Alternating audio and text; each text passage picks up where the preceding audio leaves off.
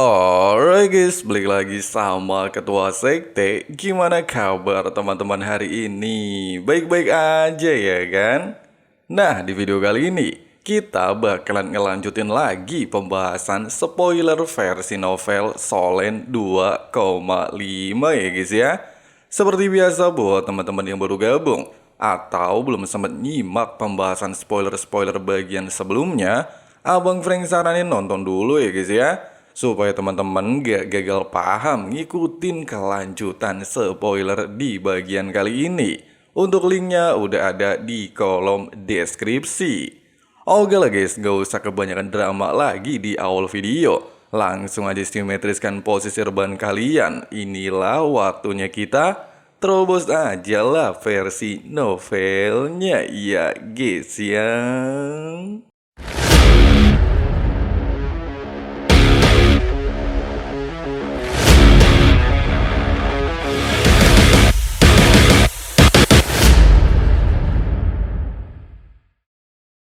Di saat kekacauan alam dewa akan segera tiba, serta seluruh dewa telah berkumpul di komite alam dewa sesuai dengan panggilan Tang San sebagai penguasa tertinggi alam dewa, Tang San segera meminta bantuan kepada Rong Nianbing, bahkan tanpa basa-basi, serta menyadari alam dewa adalah rumah bagi semua dewa.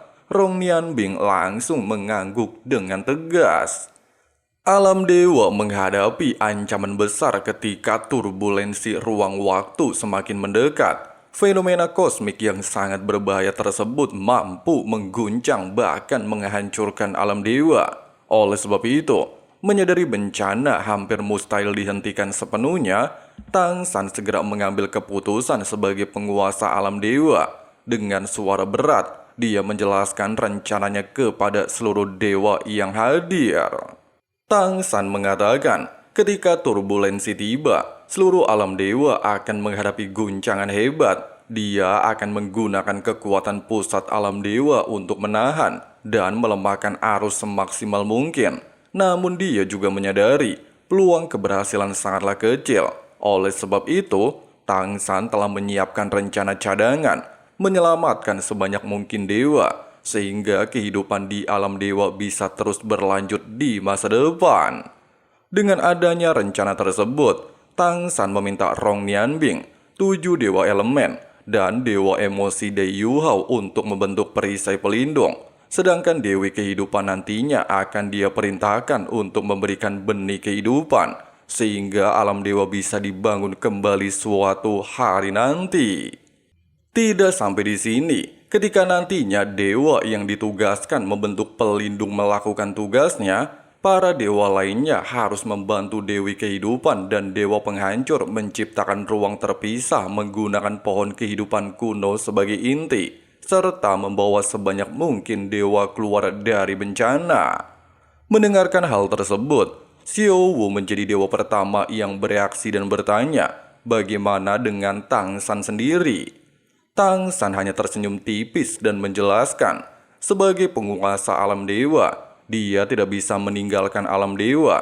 Pasalnya dewa kebaikan dan dewa kejahatan telah mempercayakan tanggung jawab alam dewa kepadanya.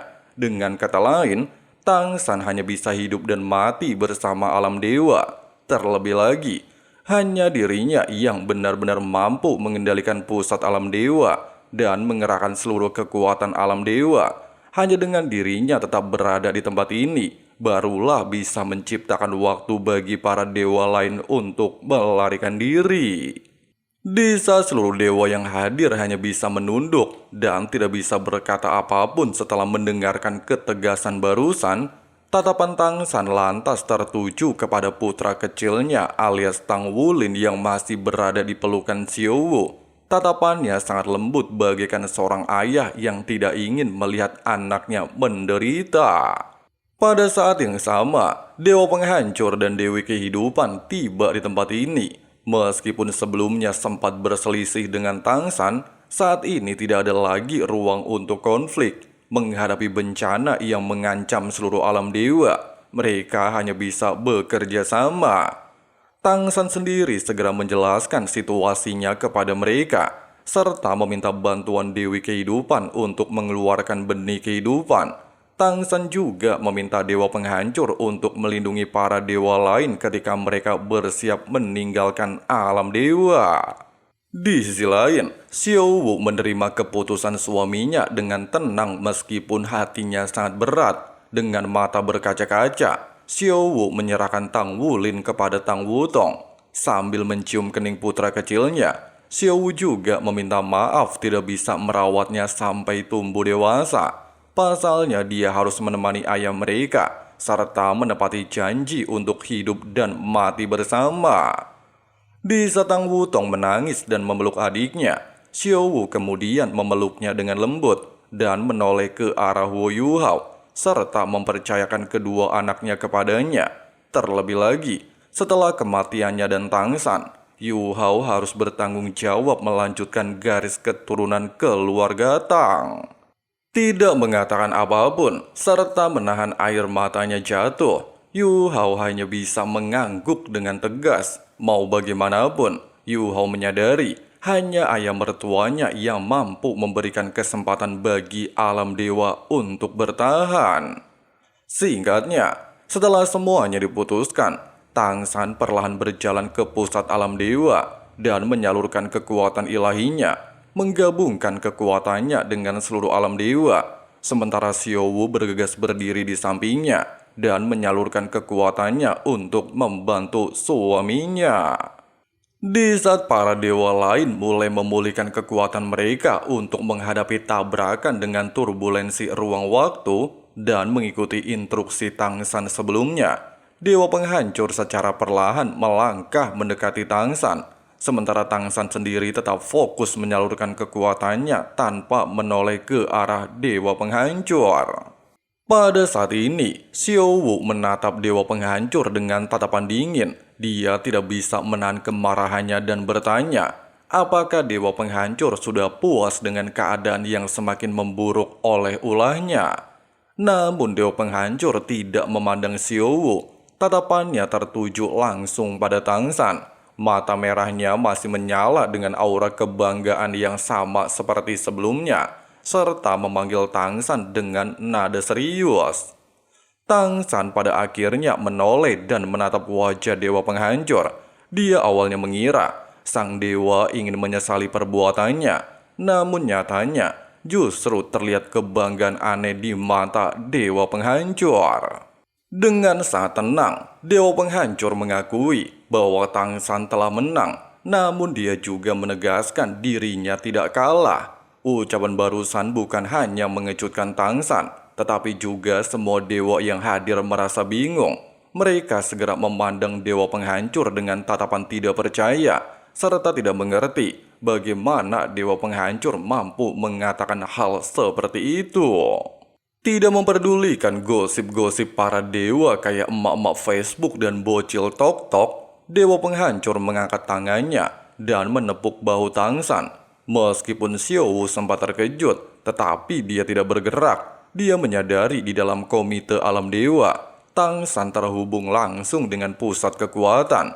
Jika Dewa Penghancur mencoba menyerang, dia akan langsung terkena serangan balik dari kekuatan alam dewa. Sementara itu, setelah menepuk bahu Tangsan, kesombongan di mata Dewa Penghancur perlahan memudar dan berubah menjadi ketenangan. Dengan suara yang lebih lembut, dia mengatakan kepada Tangsan untuk membawa semua dewa pergi dan tetap hidup. Setelah mengatakan hal itu dan tidak lagi melihat reaksi Tangsan, Dewa Penghancur segera berbalik dan menuju pintu keluar. Ketika melewati Tang Wutong yang saat ini sedang menangis sambil memeluk Tang Wulin, Dewa Penghancur tersenyum ke arahnya, serta meminta Tang Wutong tidak menangis. Dia bahkan berjanji tidak akan membiarkan Tang Wutong kehilangan kedua orang tuanya. Setelah mengatakan hal itu dan tersenyum memandang Tang Wulin, Dewa Penghancur segera meninggalkan ruangan. Pada saat yang sama, ketika Tangsan melihat Dewa Penghancur perlahan menjauh, dia juga melihat senyum penuh penyesalan di wajah Dewi Kehidupan. Kemudian Dewi Kehidupan segera menyusul Dewa Penghancur. Tidak berselang lama, suara dewa penghancur terdengar dari luar komite alam dewa. Dia memerintahkan 7 dewa dosa asal dan semua dewa pengikutnya untuk mematuhi perintah Tangsan, serta membantu Tangsan melewati bencana yang akan segera datang. Di saat Tangsan hanya bisa menghela nafas pelan, serta menyadari dewa penghancur tidak akan pernah mengakui kekalahannya, 2 cahaya akhirnya melesat meninggalkan pusat alam dewa. 1 cahaya berwarna ungu hitam milik dewa penghancur, sedangkan 1 cahaya berwarna hijau milik Dewi Kehidupan. Tidak lama setelah itu, suara dengungan kuat kembali terdengar di seluruh alam dewa. Kali ini, getarannya jauh lebih kuat dibandingkan sebelumnya, membuat hampir semua dewa langsung merasakan sesuatu yang sangat buruk sedang mendekat. Di luar komite alam dewa, banyak dewa telah berkumpul. Para dewa tingkat pertama sebagian besar berada di dalam komite, sementara para dewa tingkat kedua dan ketiga menunggu di luar bersama para dewa biasa. Singkatnya, setelah menyadari Dewi Kehidupan dan Dewa Penghancur ingin mengorbankan hidup mereka, Tangsan lantas memerintahkan seluruh dewa untuk mengumpulkan kekuatan ilahi dan menunggu perintahnya. Dia juga menjelaskan akan menggunakan pusat alam dewa memandu kekuatan mereka, serta menghubungkan seluruh kekuatan untuk melawan turbulensi ruang waktu.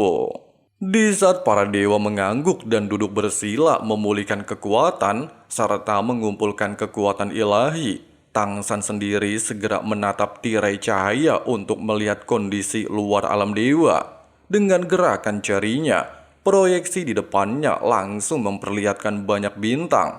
Namun di antara ribuan bintang, tatapan Tangsan hanya fokus pada titik abu-abu, bahkan menandai titik tersebut dengan kekuatan ilahinya untuk memantau pergerakannya. Setelah memastikan turbulensi ruang dan waktu memang menuju alam dewa, Tangsan sempat menarik nafas penuh penyesalan.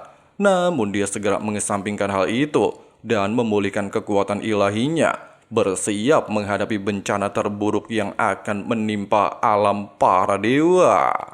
Di sisi lain alam dewa, terdapat sebuah tempat yang dipenuhi aura kehancuran yang disebut Kastil Penghancur.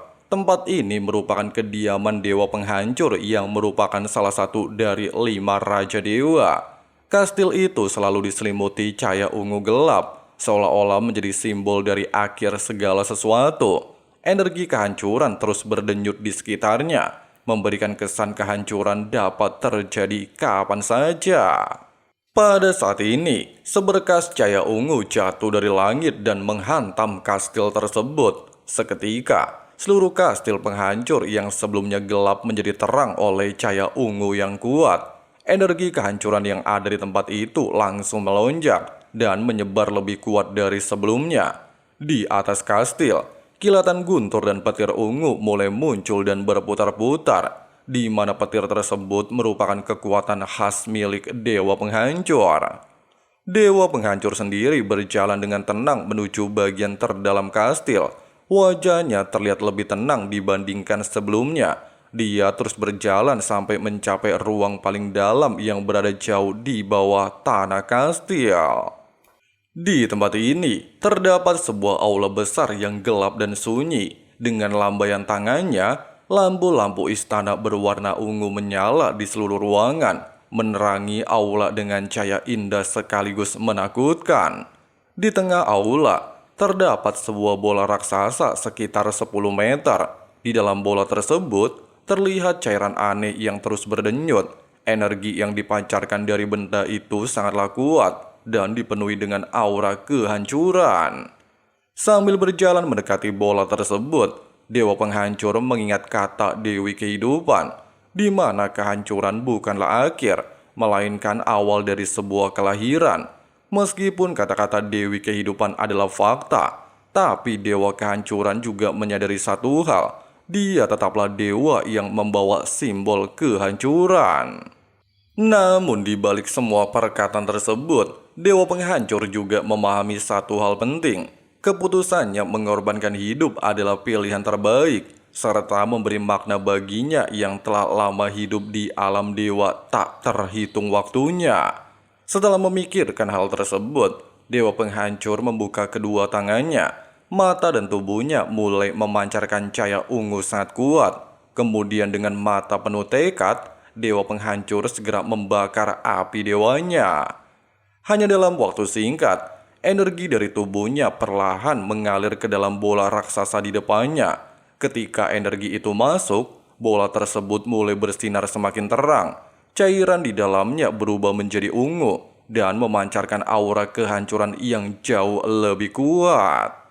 Pada dasarnya, bola di hadapan Dewa Penghancur merupakan inti energi kehancuran paling murni, dikumpulkan sejak pertama kali alam dewa dibentuk. Bahkan dikatakan, energi tersebut menjadi salah satu kekuatan inti alam dewa, serta tubuh asli Dewa Penghancur. Tidak sampai di sini, dari semua dewa di alam dewa, hanya Dewi Kehidupan yang mengetahui rahasia tersebut. Pohon kehidupan kuno milik Dewa Kehidupan juga ternyata tumbuh dari energi kehancuran. Inilah yang menjadi alasan kenapa Dewi Kehidupan pernah mengatakan kalau kehancuran merupakan awal dari kehidupan. Selain itu juga, 5 Raja Dewa generasi pertama terlahir bukan dari kandungan, melainkan dari energi kosmik paling murni. Namun seiring berjalannya waktu, hanya Dewa Penghancur dan Dewi Kehidupan yang masih bertahan dari generasi pertama. Pasalnya mereka memiliki tubuh inti di alam dewa, alias kondensasi kehancuran dan pohon kehidupan kuno. Singkatnya, ketika seluruh kekuatan Dewa Penghancur menyatu dengan bola tersebut, tubuhnya berubah sepenuhnya menjadi cahaya ungu. Petir besar menyambar di seluruh kastil, dan kastil penghancur mulai runtuh dari bagian pinggirnya. Dalam kilatan cahaya ungu terakhir, Dewa Penghancur sepenuhnya menyatu dengan inti kehancuran dan menghilang. Bola raksasa di tengah aula mulai bergetar hebat, seolah-olah menyimpan kekuatan luar biasa yang siap dilepaskan. Tidak lama kemudian, energi itu meledak dengan kekuatan yang dahsyat. Sementara itu di sisi lain alam dewa, terdapat dunia yang dipenuhi warna hijau, tempat yang melambangkan sumber kehidupan. Di tempat ini berdiri pohon kehidupan kuno. Setiap cabang dan daunnya seolah-olah memancarkan makna kehidupan. Dengan kilatan cahaya hijau lembut, Dewi Kehidupan muncul di hadapan pohon tersebut. Dia berdiri diam sambil memandang pohon dengan tatapan penuh kesedihan. Dia juga memahami waktunya telah mencapai akhir. Di momen ini, Dewi Kehidupan teringat pada upacara doa kehidupan yang pernah dia lakukan sebelumnya. Saat itu, dia berdoa mengenai masa depan hubungannya dengan Dewa Penghancur, serta sangat khawatir konflik besar di alam dewa akan merusak hubungan mereka. Namun kini semuanya sudah jelas baginya. Tanda daun berwarna merah darah yang muncul dalam upacara doa bukanlah tentang hubungannya, melainkan tanda besar bencana yang akan datang. Meskipun menyadari takdir tersebut, Dewi Kehidupan tidak merasakan penyesalan, tetapi hatinya justru terasa tenang. Tidak sampai di sini, Dewi Kehidupan juga teringat saat dia dan Dewa Penghancur memandang turbulensi ruang waktu.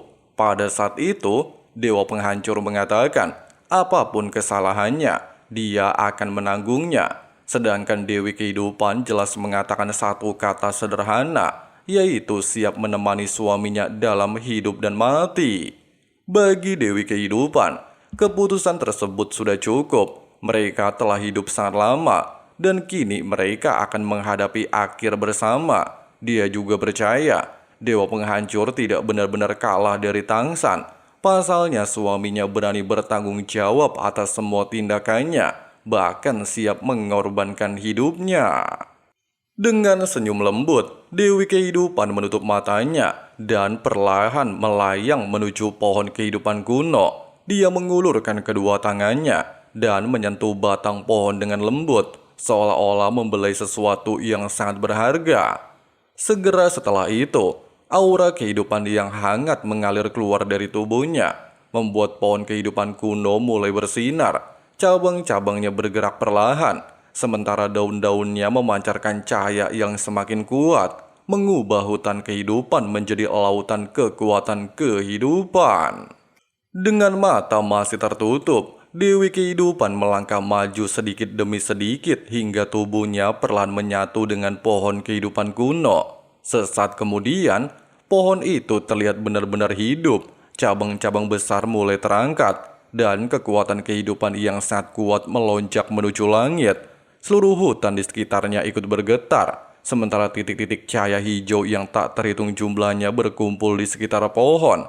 Kemudian langsung melesat ke langit membawa kekuatan kehidupan luar biasa. Dan tiba-tiba saja kita lanjut lagi di spoiler bagian berikutnya ya guys ya.